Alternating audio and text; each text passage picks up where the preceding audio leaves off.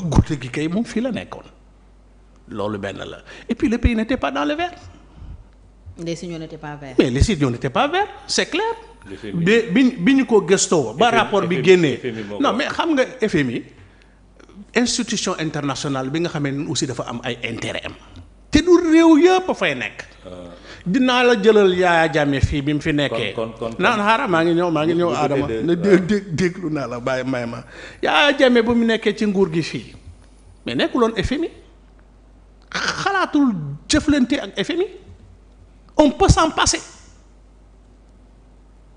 Yaya Jammeh s'en est passé Banque mondiale la amaloon ay mbir te ma lay rappeler ni que même oto yi Banque mondiale yëpp yi nekkoon Gambie seeni parking bi ci présidence de la République gambienne lañ nekk bu nu naree génne ordre de mission bi ci présidence de la République lañ ko doon jëlee amoon na jamono ji nga xamante ni maa ngi doon liggéey foofa ak sama ONG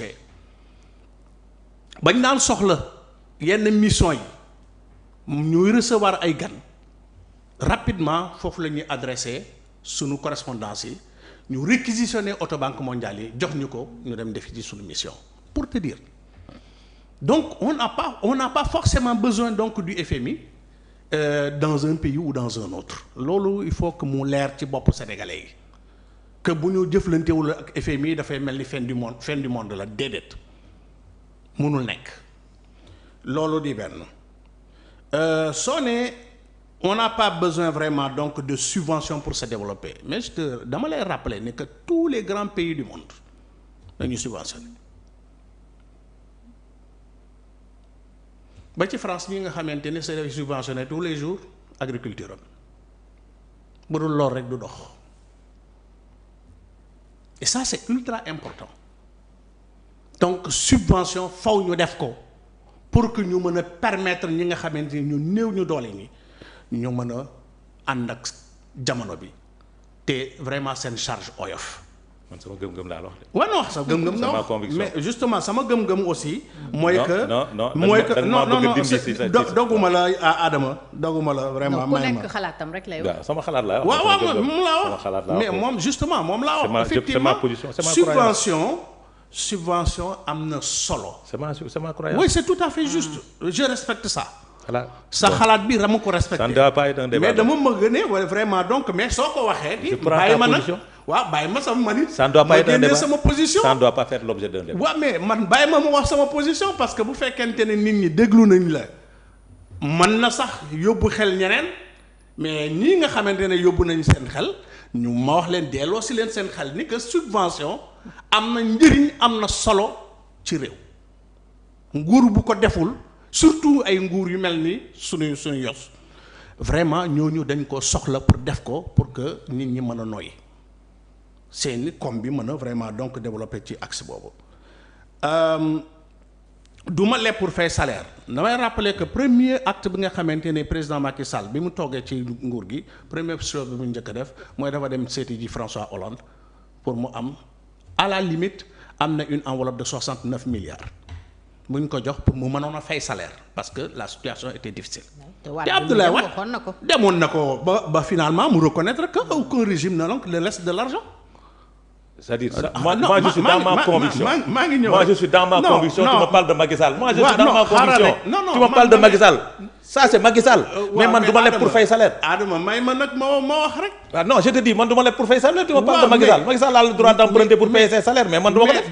da nga wax. non man du ma ko def je ne parle pas. bu dee dañuy leb pour fay salaire. j'ai dit man du ma ko def. yow doo ko def. waaw mais ne me parle pas de Macky Sall. waaw mais man damay rappeler ni simplement man ci axe.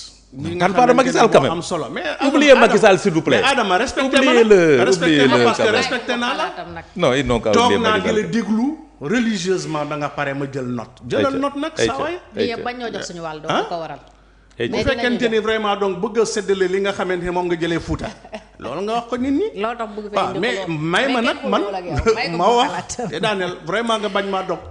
par vraiment par courtoisie. bien sûr allez-y. léegi boo demulee leb koppar xaalis amul sa biir réew bousillé nañu li nga xamante ne moo fi nekk ñu leb yenn yi dem dugal ko seeni poche ak seeni compte dara desatu fi ci yi nga xamante ne nga yaakaar munul génnee li nga xamante ni di nga ko mën a régler ci mbiru sénégalais yi mais foog nga lebi ji da ngay lever ay fonds foog nga lever ay fonds les emprunts obligataires là yooyu yëpp ci la bokk pour te permettre nga mën a financer budget bi nga xamante ne moom nga taxawal ne bu ma amee budget bi dana mën a permettre mais budget ñëpp xam nañ ni prévision la prévision boobu nga xamante ne ay dépense la pardon ay recette la ak ay dépense mais bu matulee da ngay leb ca la bokk.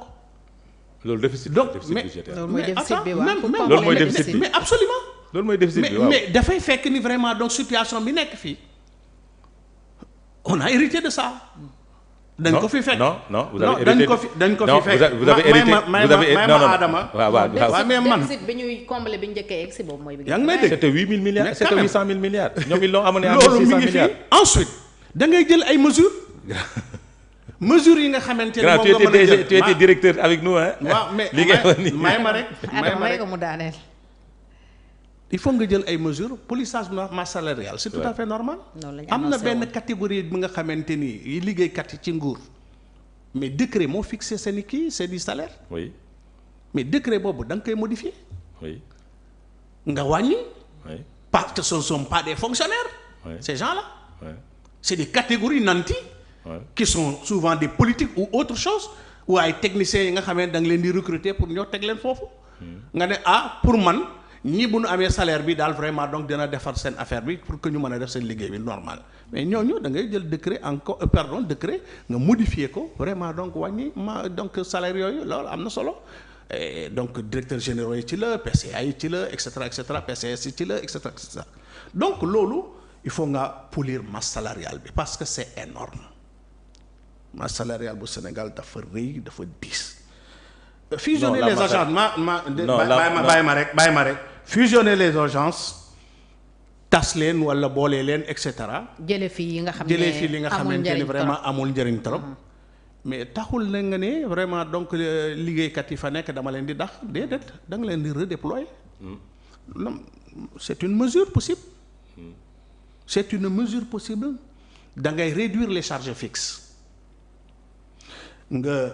réduire les charges de fonctionnement lii kii di fonctionner boo leen boolee day nekk benn structure charge fonctionnement yi donc dafay wàññeeku la nga ci mën a économiser am na fi nga ko mën a dugal charge fixe yi nga xamante ni yenn agence yi dañ nekk ci ay location ak lu kenn xamul mais da nga koy réduire location yooyu dafa jéggi dayoo et cetera donc am na benn structure bi nga xamante ni tey jii demoon nañu ba tas ko personnel bi fa nekk dañ ko war a redéployer mën nañ leen redéployer donc dans différents ministères dans différentes autres structures ñu garder seeni emploi et puis sans pour autant que vraiment donc mu réduire ay emploi les agences ne sont pas des fonctionnaires. waaw man j'ai pas parlé de fonctionnaires.